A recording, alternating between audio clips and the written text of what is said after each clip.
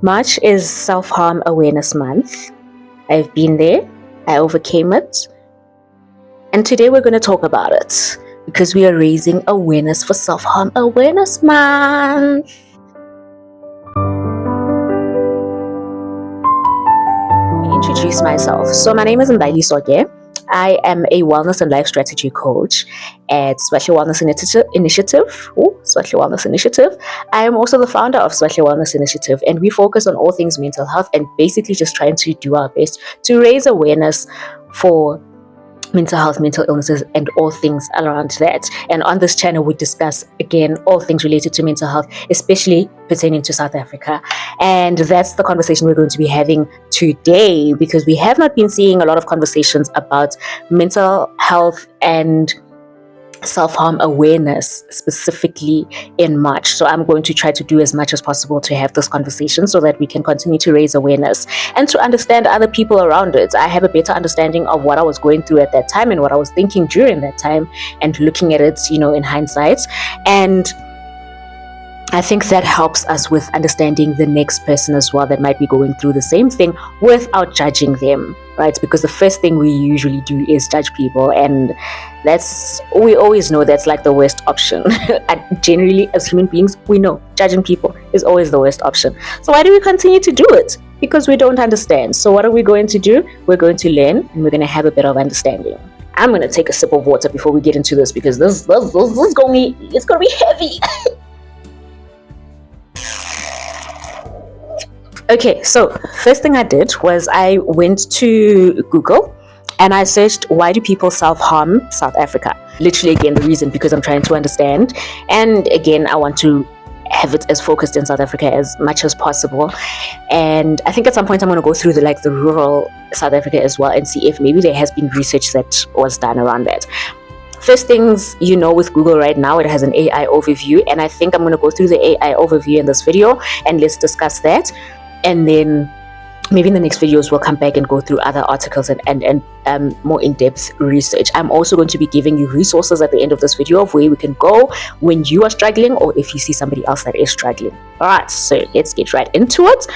The first thing it says here is self-harm in South Africa is a significant public health concern. That's good. Well, not good, but it's good that it is a concern. That means that there is something thought about it in order for something to be done about it, Frequently used as a desperate, non-suicidal coping mechanism to manage overwhelming emotional pain, stress, or feelings of numbness. It is often a symptom of underlying psychological distress rather than a desire to unalive, though it can indicate a high risk for future unaliving. That makes complete sense to me. I didn't think about it in that way during my time of doing it, but generally also just understanding self-harm. You're just thinking this person just is trying to off themselves. But the other thing that people get in trouble for is, so you were trying to off yourself and you didn't even do it the right way. That's not how you cut yourself. You cut yourself the other way, or that's not how you do things. Just, if you want to off yourself, just off yourself. But don't be trying to go around in shortcuts. But whereas it usually is a symptom of underlying psychological distress. And that's very important, because that means that this person is trying to get out of that distress. It's not always that they're trying to be unalived, but they're just trying to get out of this distress. That's a very important thing to understand. Research, particularly among young adults and adolescents, 15 to 17 years of age in South Africa, indicates several key reasons for self-harm. I completely understand this because I think those teenage years, that 15 to 17, is such a big self-discovery time for yourself. And you are then realizing the really difficult parts of life, and frontal lobe has not fully developed, so your way of dealing with it is also quite confusing to you as well, and which is why there needs to be people around you that care enough to do something about it. But okay, let's go into it. First point, interpersonal conflicts are usually the primary reason. Wow, okay, studies have found that family conflict and relationship problems are the most cited reasons for self-harm, accounting for over 70% of cases in some studies. I think that makes complete sense. That age is still a time where you are most likely around family and you're most likely getting into romantic relationships as well. And dealing with those conflicts, dealing with those things not going according to how you wish things would go, can become a very difficult thing to emotionally regulate, I guess, for lack of a better way to put it. Okay, next point, emotional regulation. Wow. Okay. Emotional regulation and numbness. Okay. Individuals often use self-harm to cope with intense negative emotions like anxiety, anger, or deep sadness, using physical pain to break through feelings of emotional numbness or to release tension. 100% exactly that. It really is that. For me, it wasn't between the age of 15 and 17. It could have been. I do have a big mental block on a lot of things in my past. I know it to have been around the age of 24 to 26. And that was the time where the self-harm was happening. And it really was to cope with negative emotions, high levels of anxiety. I was definitely very, very angry. And deep sadness. I feel like deep sadness is putting it very lightly, very, very lightly. And using physical pain to break through feelings of emotional numbness, yes, to release the tension. It is a normal human thing to feel some type of tension, anger, sadness, anxiety, all of that. But when it gets to a certain level where it's so unbearable, you get to a point where your body wants to release that tension. And this becomes one of the ways to do it. Okay, so the next point is childhood trauma and abuse. Okay, experiences of abuse, physical, sexual, or emotional, and neglect are strongly linked to self-harm behaviors. I completely agree with that, especially with the part of neglect. It might not be something that you're able to notice at that time, but the neglect is the thing that comes back and makes you be like, there's just, nobody cares. So why should even I care about me? But nobody cares. My entire existence doesn't really matter. So, and then you go into it's neglect from outside, and then you start to neglect yourself as well. Lack of, social and environmental stresses. Okay, high rates of crime, inequality, poverty, and unemployment in South Africa act as endurance stresses that contribute to mental health issues.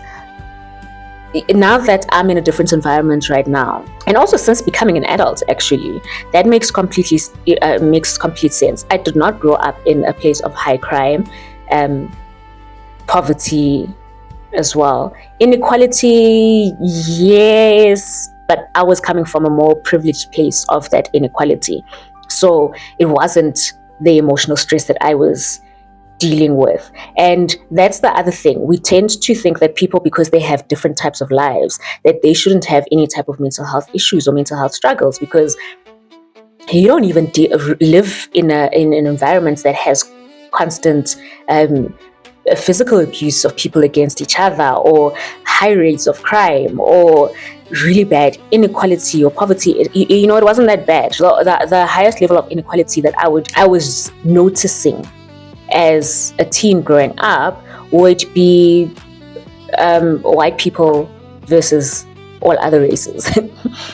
But also as a black person, it's almost every race against your race, really. And so that was the level of inequality, but because of privilege as well, that inequality wasn't that deep. It was like, I have the same level of money as you, so it wasn't my money, but it was like, you live in a suburb, white person that is trying to be weird to me. I live in a suburb too. You're in a private school, I'm in one too. You get an allowance, I get, like, you have this, I have it too. You have a dog, I have a dog too. Like, there was a lot of things that was just like, the inequality wasn't on me, and so that wasn't the social and environmental stresses. My social environmental stresses came from a different type of environment, but it was there. But I'm just trying to press on the fact that now that I'm in a rural area, I understand people that are coming from a place of getting to self-harm because of the high rates of crime, the really bad inequality, and the poverty, the unemployment, all of those things, like really, really, really bad. I only started dealing with unemployment issues and seeing it as a stressor as an adult because I had so much stability growing up as a child in terms of like financial stability and employment stability that I thought that was the natural way of life going. My dad had a stable job that he had been in for 30 plus years, and my mom was a housewife for that 30 plus years as well. She had jobs every now and then, but we always knew that it always seemed from my perspective that it was like she doesn't have to. And so there was generally a lot of stability and didn't have to move from one place to another. I didn't grow up ever having to rent. It was always a stable home, and there was just general stability that you don't realize is a privilege when you're growing up until you see it later on. And then I start to see, as an adult, and I'm realizing, no, I can't just get the job that my dad had that is going to secure me for 30 years. Like, I can't just, and I didn't realize it. So yeah, okay. Lack of support and stigma. Young people feel unable to express their emotions. I just got off a live on TikTok discussing self-harm and Self-Harm Awareness Month. And one of the people that were interacting with me spoke about not being able to express their emotions and that's what led them to self-harm. And yes, it's a very big thing. Exactly, going back to releasing that tension that at some point your body wants to release, your mind wants to release, because these things are not balancing out how they're supposed to be balancing out naturally according to your body and your mind. And at some point it comes out in the form of self-harm because you're not able to express yourself the way you should naturally be able to express yourself in a healthy way for your body, leading to bottling up feelings, yes, and turning to secret self-injury. I think the sad thing is that there's a level of it that is very secret, of that self-injury. And as much as we want to help people out, it is difficult to help them out when it is happening in secret and you're not aware of it. Fear of judgment or being seen as a burden often prevents seeking help. This is why the stigma breaking movement is so important. It's so important because then we have that thing that we are breaking of people worried about judgment and thinking, harming myself is going to be the easiest way to deal with the situation because I am not being judged and I'm not being seen as a burden. I'm a burden to these people, but there are places that I can go to get help and I will not be a burden to those people. And that prevents people from seeking help. That's the sad reality. Mental health conditions. Self-harm is commonly associated with depression, anxiety disorders, borderline personality disorder, and substance abuse. I think by the time people get to substance abuse, that is part of the self-harm. They get to that point because of not knowing what other ways. People don't understand that they could be depressed or anxious or BPD, and then resulting in, let me go for substance abuse. And that's a form of self-harm. And these mental health conditions that are not quickly realized are a very sad thing to witness. Social media and peer influence, the social transmission of behavior where teens are exposed to self-harm via social media or peers can influence its occurrence. And they cite the website of South African Federation for Mental Health. I completely agree with that, and I think everybody knows that, everybody understands that, and that's why I've always found it to be very important to declutter your social media. Go through it every now and then and still double check if the things that are there are healthy for you to continue to be seeing. Are they people that were good for you to follow at a certain point and are no longer good for you to be following anymore? It's okay to get rid of those people. These are your social media platforms. Do decluttering for your health, because at the end of the day, it's almost impossible to get rid of social media. It's almost impossible to get away from social media. So if you're going to continue to be there, make sure you're managing it in a way that it's going to continue to be helpful to you. And this part about it being like more where teens are exposed to self-harm, at this point, it's really not even just teens. There are a lot of much older people as well that are starting to be really familiar with social media. It is affecting them negatively. And I'm speaking about people that are in their 40s plus. It's also very important even at that time, as much as you realize you're an adult and frontal lobe fully developed and you understand yourself so much better, that is still very important during that time to come back and be like, let me check on my social media, that it is still consistently healthy for me to be interacting with. All right, so now we get to the really important part. Key findings in the South African context. Okay, now we're dealing with astral state again. There are three things. Methods. Overdosing and poisoning are the most common methods of self-harm, followed by lacerations, these, and burning and hitting. Now we know. Very important to be aware of that. I think we know very much of the overdosing or poisoning, but I think overdosing, most of the time we end up thinking that it was by mistake. It wasn't an attempt to actually self-harm. But we know of poisoning and lacerations and burning, hitting, I wasn't familiar with, and there it is. Okay, next one is gender. Studies indicate a higher prevalence among young females with significant associations to family conflict and relationship issues. Wow. And that's something I found out actually last year. I completely forgot about this. When we were doing our campaign and work during Unaliving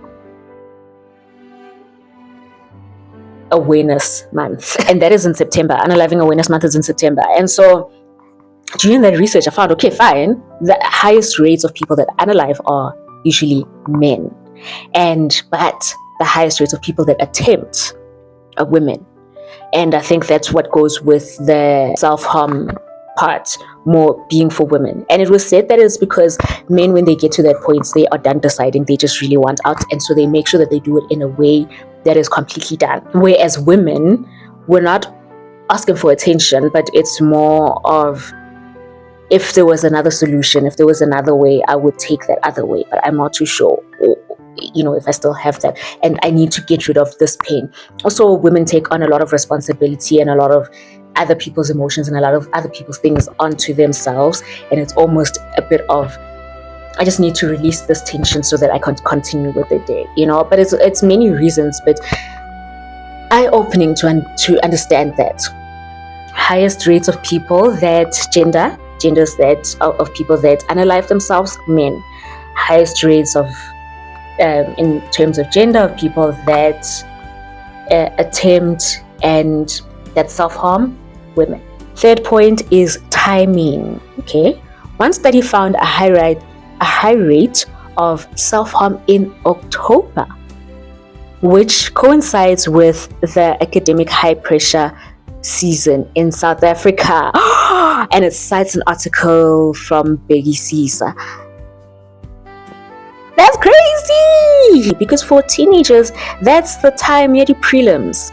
I know in October for me, when I was in grade 12, it was my matric dance prom month in October, and we were going in, September was prelims, and then October was that, and then we knew that end of October, or it was in November when final exams were starting. So, it coincides with high academic pressure. Wow. And that makes complete sense. That's the time that you start to really worry about what's happening with you at the end of the year. And okay, let's come to the most important part of this, what we get to do. If you or someone is struggling with self-harm, you can contact the South African Depression and Anxiety Group, SADAG, at 0800 212223, or Lifeline on 0861 322 322. Those are the resources that can really help you. Here at Special Wellness Initiative, we also do have one-on-one sessions that we offer people. On our website, check out our website, and you will see the option for navigation and support sessions. And in those navigation and support sessions, we offer a one-on-one session and we offer 3 check-in sessions. And those 3 check-in sessions are basically your babysitting sessions. Okay, they are to check in on you to make sure that you are okay and maybe you're doing what you need to do in terms of helping yourself.